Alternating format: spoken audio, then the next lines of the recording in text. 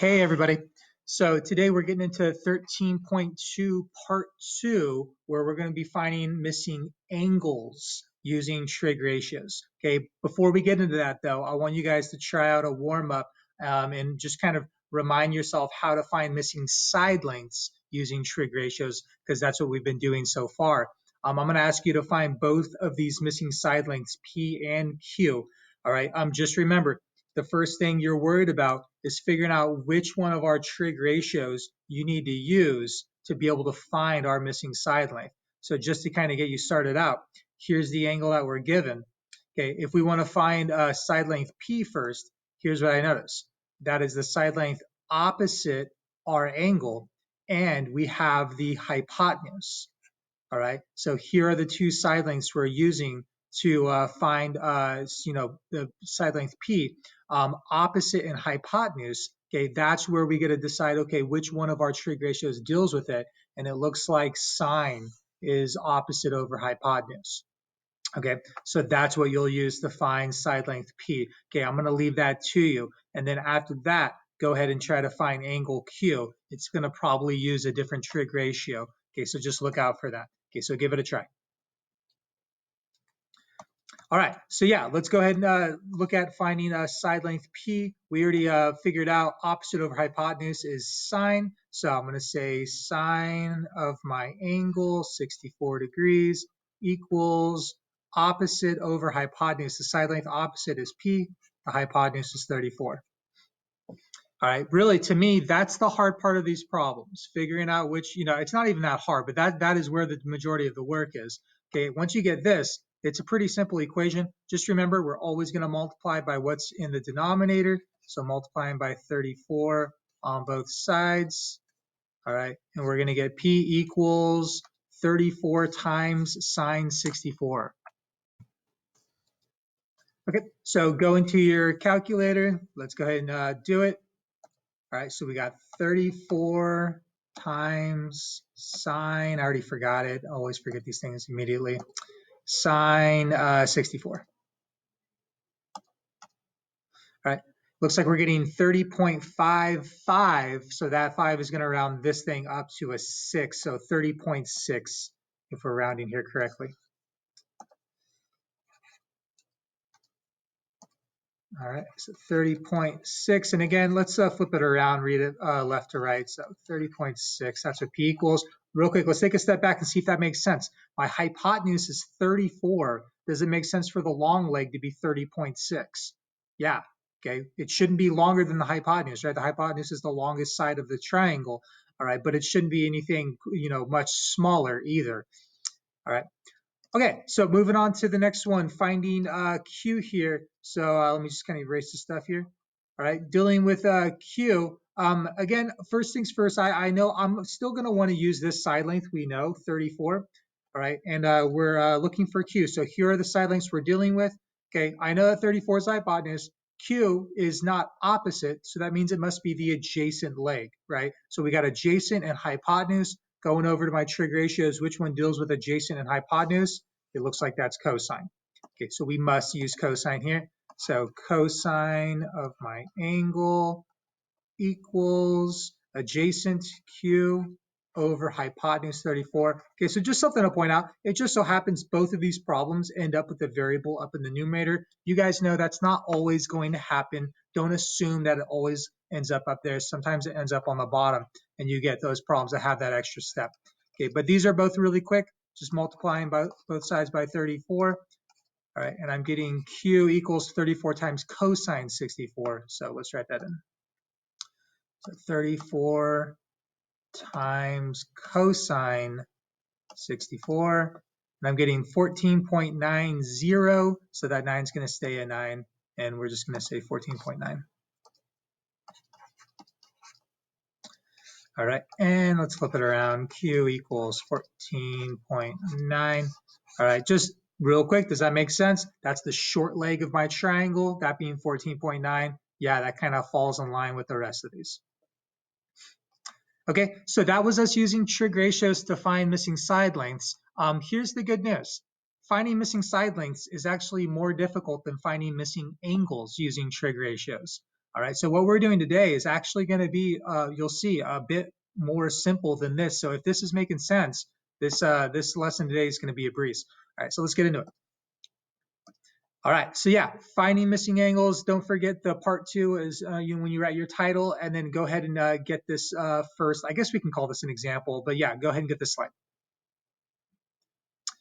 Okay, so how to find an angle. The first thing I'm going to do is I'm going to give you kind of a detailed explanation as to why we're going to use certain formulas to find missing angles. All right, so this process I'm about to do is not something you're going to have to do on every single problem. It's just an explanation as to why we can use what you're going to see on the next slide.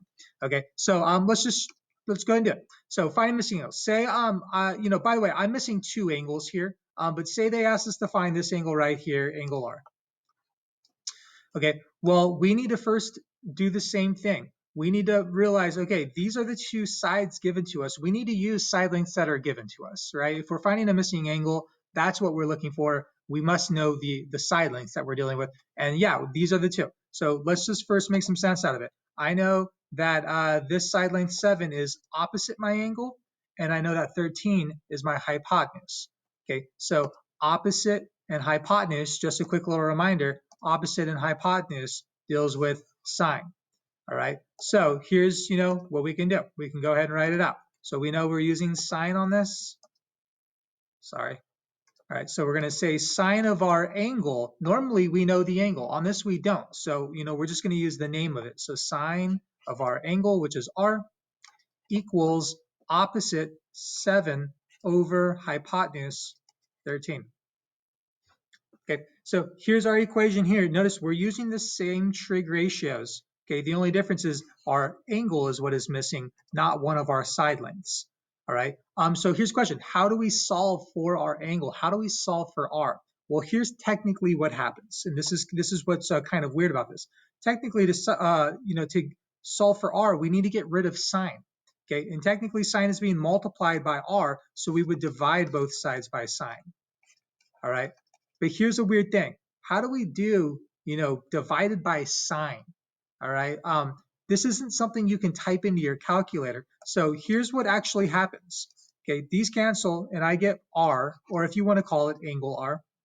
All right, over on the right here, dividing by sine is the same thing as multiplying by the inverse of sine. All right, and it's kind of weird. I'll show you what it means, but this is what we're going to be using is inverse sine of our ratio 7 over 13. All right, and this right here is actually what's going to be typed into the calculator. All right, we just need to type this in, and you'll see in your calculator you have a button for sine inverse. All right, so this is what I want to have us all try together. So sine inverse of 7 divided by 13. That's what we need to type into our calculator. Okay, so let me clear this just so we don't have a bunch of stuff to look at. So let's see, delete. Okay, so on this one, sine inverse, let's see. Okay, so if you're using this GeoGebra calculator, the sine inverse buttons aren't on this first page here. You need to press this right here, this f of x button, and then you'll see the inverse sine, inverse cosine, inverse tangent buttons pop up. All right, so we're doing sine inverse, and then inside of our parentheses, we just need to do the division, which again was 7 divided by 13. So 7 divided by 13. Okay, and that's it. And here is our angle sitting in front of us, 32.57 degrees. Just like the side lengths, we're going to round this thing to the 10th. So this 7 rounds the 5 up to a 6. So this is going to be 32.6 degrees. All right, so angle R equals 32.6 degrees. Okay, and there it is.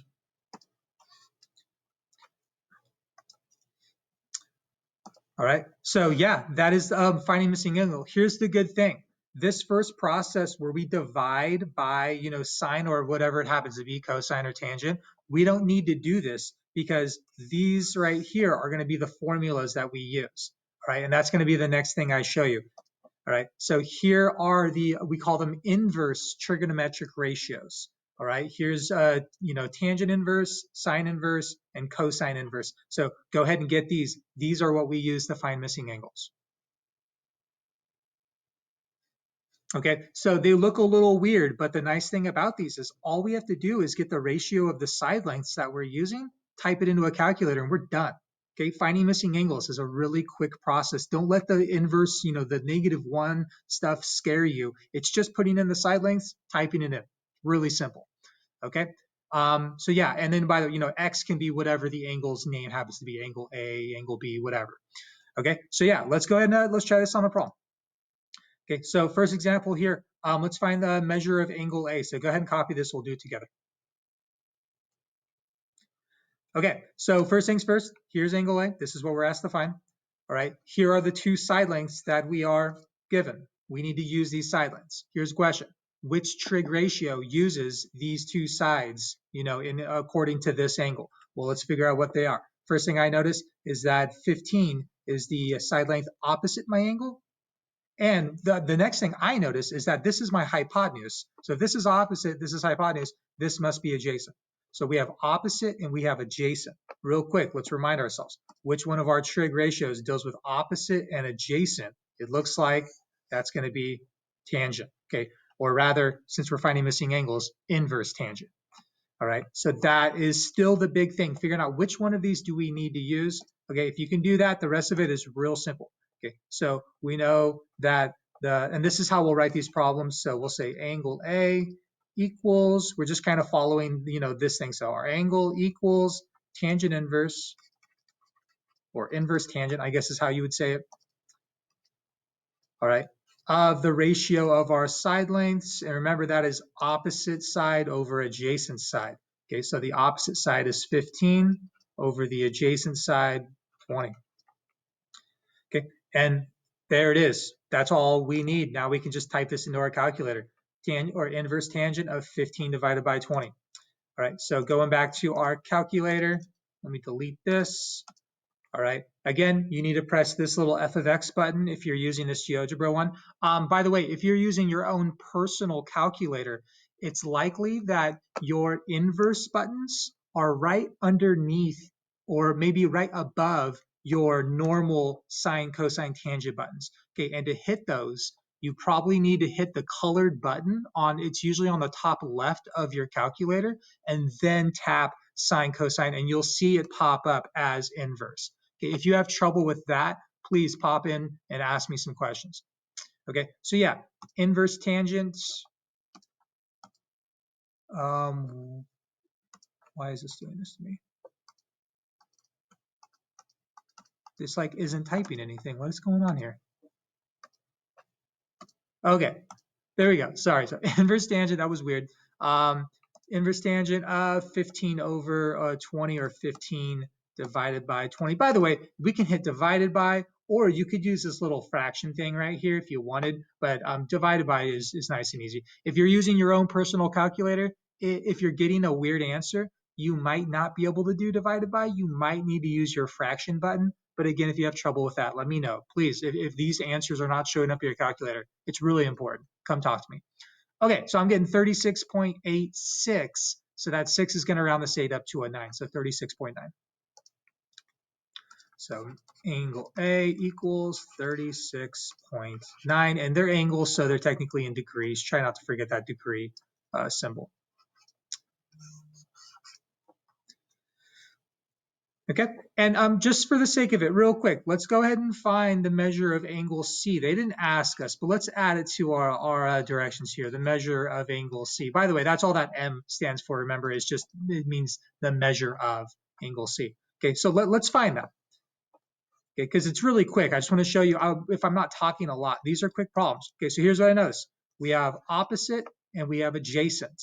All right, so again, opposite and adjacent, it looks like we're still using tangent on this to find our missing angle for C. So I'm going to say, all right, angle C equals inverse tangent of opposite 20 over adjacent 15. Okay, going to type this in my calculator, inverse tangent of 20 divided by 15. So inverse tangent, 20 divided by 15 gives me 53.13, which means that 1 stays a 1. So 53.1. All right, I just wanted to do that fairly quickly just to show you that is how quick these problems can be. All right, when you are really good at identifying which trig ratio is being used and putting, typing things into the calculator, they're really that quick. All right, I do a lot of talking during these lessons because it's kind of necessary. But when you do it on your own, just know they're quick. All right, another quick thing. Let's see if this makes sense. This is, by the way, we're not finding this angle because we already know it. It's a 90-degree angle, right? Does it make sense for this to be a 53.1 degree angle and this to be a 36.9 degree angle? Yeah, that makes sense, right? These should, by the way, they should be less than 90 degrees and they should kind of fall in line. And also, I know the smaller angle, which is angle A, should be opposite the shorter side length, right? You guys remember that was one of our rules. Okay, so just some stuff to keep in mind. Okay, so with that, I'm gonna have you guys try one of these on your own. I'm just gonna have you guys find angle C on this problem. So go ahead and copy it and figure out which trig ratio is being used and then see if you can find that missing angle. All right, so here's angle C, and here are the two side lengths we are given. First things first, what are those side lengths? Which trig ratio deals with those side lengths? I notice that 6 is opposite my angle, and 13 is my hypotenuse, right? Because it's across from that right angle. So I have opposite and I have hypotenuse. Which one of my trig ratios deals with opposite and hypotenuse? It looks like we must use sine or sine inverse on this. All right, so that is the first big thing. So let's go ahead and say, all right, angle C equals sine inverse. And then make sure you get your sides in the right spots. Opposite 6 over hypotenuse 13. Okay, if you can get this far, it's hard to mess these up. So let's go ahead and type this in. So sine inverse of 6 divided by 13. I'm going to delete this stuff just because it gets messy. Okay. Which, by the way, I think when I delete, I need to click on it again for it to enter my calculations. Okay, so sine inverse of, man, I forget this so quick, 6 divided by 13. Okay, 27.48, which means this 4 rounds up to a 5, so 27.5. So angle C equals 27.5 degrees. Okay. By the way, that's a pretty small angle, 27 degrees, and that is opposite our short side. That's what we would kind of recommend, or I guess that's what we would kind of expect, is what I mean to say. Okay, so yeah, that's finding missing angles. You could find angle A. Actually, here's a good thing to know. To find angle A, if we know that this is 27.5 and we know that this is 90 degrees, we actually don't even need to use a trig ratio to find angle A, right? We can use the fact that the three angles of a triangle add up to 180, right? If they asked us to find angle A, we could just real quick go, okay, 180 minus 90 minus 27.5, and we could get our missing angle just by doing that, okay? So remember, the rules that we've learned in the past, they still apply. Just these problems are giving us a lot less information. But as we find information, we can, use some of our old rules. Okay, so that's going to kind of lead us into the end of this lesson. The last thing we're going to do is solve a right triangle. All right, and what they mean by solve is find everything. Okay, we're going to find all the missing angles and all the missing sides. It sounds like a lot, but it's actually not that bad. Okay, so go ahead and copy this. We're going to do this together. Okay, so first things first, when they ask you to find everything on a triangle, where you want to start is by finding the missing angles. Okay, we need angles to be able to find missing sides. Okay, so we got to find those missing angles first. Okay, we have options. We can find angle M or angle K first. It doesn't matter which we choose. You just have to make a choice. I'm going to find angle M. Okay, so here's what I notice. I'm actually, just for the sake of it, I'm actually going to find angle K. All right, because it's going to use a different trig ratio, and I want you to see all of them. Okay, so I'm choosing to find angle K first. Here's what I noticed. Here's the side lengths. Okay, 5 is adjacent, and 8 is the hypotenuse. Okay, so adjacent, hypotenuse, just a quick reminder, adjacent hypotenuse is using cosine. All right, and which, by the way, is the reason why I wanted to find this angle, because I noticed it would use cosine. All right, so let's go ahead and do it. So I'm going to say angle K equals, we figured out we're using inverse cosine. Remember, the inverse is always to find angles. The normal ones are to find side lengths.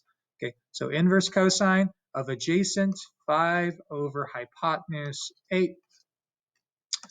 All right, let's go ahead and type this in. So cosine inverse 5 over 8. So let's see, inverse cosine of 5 divided by 8. And it looks like I'm getting 51.31, so that's going to round to 51.3. So angle K equals 51.3 degrees. Okay, since we're solving the right triangle, the way to show our answer is putting all of the information onto our triangle. So let's go ahead and show, okay, we found the angle, it's 51.3 degrees. Okay, we have another angle we need to find though, right? So let's go ahead and find it. Let's find this missing angle. Here's the thing. We could use our trig ratios to find it, or we could do what I mentioned before. If we have two angles of a triangle, we can find the third by just subtracting them from 180. So I'm going to do that. So I'm going to do 180 minus 90 minus 51.3. Okay, so go into my calculator. 180 minus 90 minus 51.3. Looks like I'm getting 38.7. So there it is. Okay, and if we had used our trig ratios, we still would have gotten this problem, or we still would have gotten this answer. All right, cool. So we did the first thing. We found our missing angles. The last thing to do is to find all of our missing sides, and it looks like we just have one missing side, right? So what I'm going to do is I'm going to call this thing X for now. All right, so here is where we have a lot of choices we need to make. We have a lot of options. The first option is, which angle do we want to use to find our missing side length? It does not matter which one you use, okay? You just need to choose. All right, I'm going to choose to find, or I'm going to choose to use this angle right here. Okay, here's the next thing. Which side lengths do we want to use? Well, obviously, we need to use this side length because it's the one we're looking for. But which of the other two do we want to use? All right, it doesn't matter what you choose. You just have to make a choice. All right, so I'm going to choose to use this side length. Okay, so that's what's a little strange. We have so much information. We have to make some choices. All right, but we did. And really, there's no wrong choice. So don't be intimidated by this. Just choose whatever you like. It doesn't matter. All right, so now we have what we're dealing with. Okay, we're using this angle and we're using these side lengths. Here's what I noticed. 5 is opposite and X is adjacent. Opposite and adjacent. By the way, we're finding missing side lengths. So we're going back to using these trig ratios right here. All right, and opposite and adjacent is tangent. Okay, so we have to use tangent to find the missing side length. Okay, because of the choices we made as far as the side lengths we're using.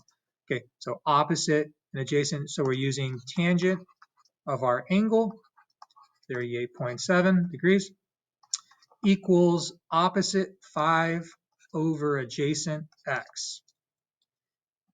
Okay, now we can go ahead and solve. Part of the reason why I chose this particular stuff is I figured it was going to have a variable in the denominator, and I wanted you guys to kind of see one of these. Remember, no matter what, always multiply by that denominator, whether it's a variable or a number. Okay, so they cancel. We have 5 over here. We have x times tangent 38.7. Let's just bring that down. All right, and then you guys remember, to solve for x, we got to get rid of this tangent 38.7. That's being multiplied, so we divide both sides. All right, so they're gone, and let's see, we got x equals 5 divided by tangent 38.7. Let's go ahead and type that in. All right, and this is getting messy, so again, I'm going to delete this. All right, so 5 divided by tangent, and of course, I already forgot it, 38.7.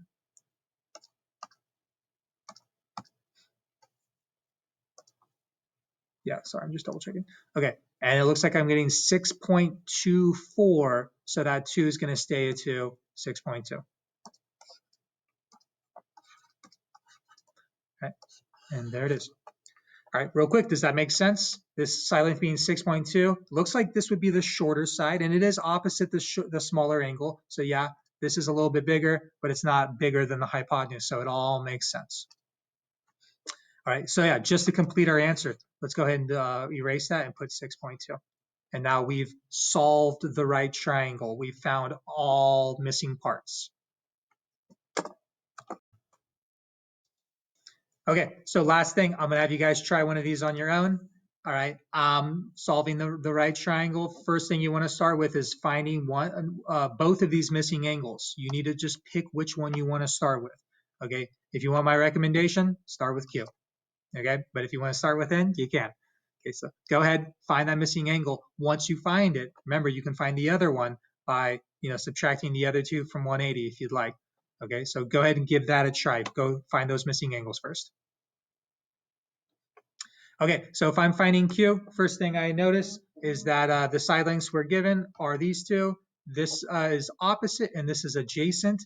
Opposite and adjacent, if you haven't started to memorize it yet, is tangent. Okay, so I'm using inverse tangent on this to find my missing angle. Okay, so sorry, I want to start with the name of the angle. So angle Q equals inverse tangent of opposite 12 over adjacent 10. All right, from here, let's type it in. So let's see. Inverse tangent of opposite 12 divided by 10. Looks like we got 50.19, which rounds that up to a 2. So 50.2. 50.2 degrees. All right, so there's one of my angles. All right, to find the other one, I could use trig ratios, but I'm going to use the 180 thing. So 180, I'm going to subtract these two, minus 90, minus 50.2. So let's see, 180 minus 90 minus 50.2. Oops, that's a lot of twos. Is 39.8. Okay, so there's my other missing angle. Okay, cool. Now that I have both of those, I can go ahead and find my missing sides. And it looks like on this problem, we have just one missing side. All right, it's this thing, which by the way is the hypotenuse. All right, so here's the next thing you need to do. You need to first pick an angle you want to use and then pick the two side lengths. One of those side lengths must be X. The other one is up to you. Okay, so first pick an angle and then pick your two side lengths and then figure out which trig ratio deals with those two sides. Okay, give it a try. Okay, so just for the sake of it, I'm going to choose to use this side length and I'm going to choose to use this angle. Okay, so here's what I notice. 10 is opposite my angle and X is my hypotenuse. Opposite and hypotenuse, just going back, looks like, oh no, by the way, I'm finding missing sides, so I'm using these normal ones. Opposite and hypotenuse, I'm using sine to find this missing side. All right, and this is maybe the tricky part about doing these problems, okay? But I figured it out, so I'm gonna say, all right, sine, let me just kind of separate these. All right, so sine of my angle, 39.8, equals opposite 10 over hypotenuse x. It looks like we're ending up with a variable down in the denominator. If you chose different angles and sides, you might not have ended up with a variable in the denominator. It really just depends, all right? But mine ended up that way, so I'm gonna multiply by x on both sides. Okay, so I'm getting 10 equals x times sine 39.8. All right, finally, last step, solving for x, getting rid of sine 39.8, dividing both of them. Okay, so last thing, looks like I need to do 10 divided by sine 39.8. So 10 divided by sine 39.8. And I'm getting 15.62, which just rounds to 15.6.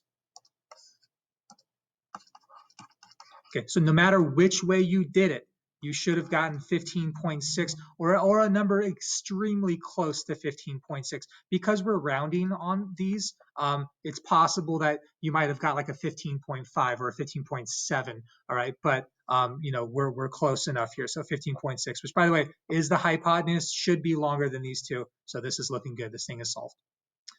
All right, guys. So yeah, that right there is the culmination of using trig ratios. I know it's kind of a lot, but just remember, to find missing angles, you use the inverse trig ratios. To find missing sides, you use the normal trig ratios. Okay, if you can keep that in mind, everything else is just trying to figure out which one's being used. Okay, cool. So yeah, if you have any questions, definitely talk to me. I'll see you guys.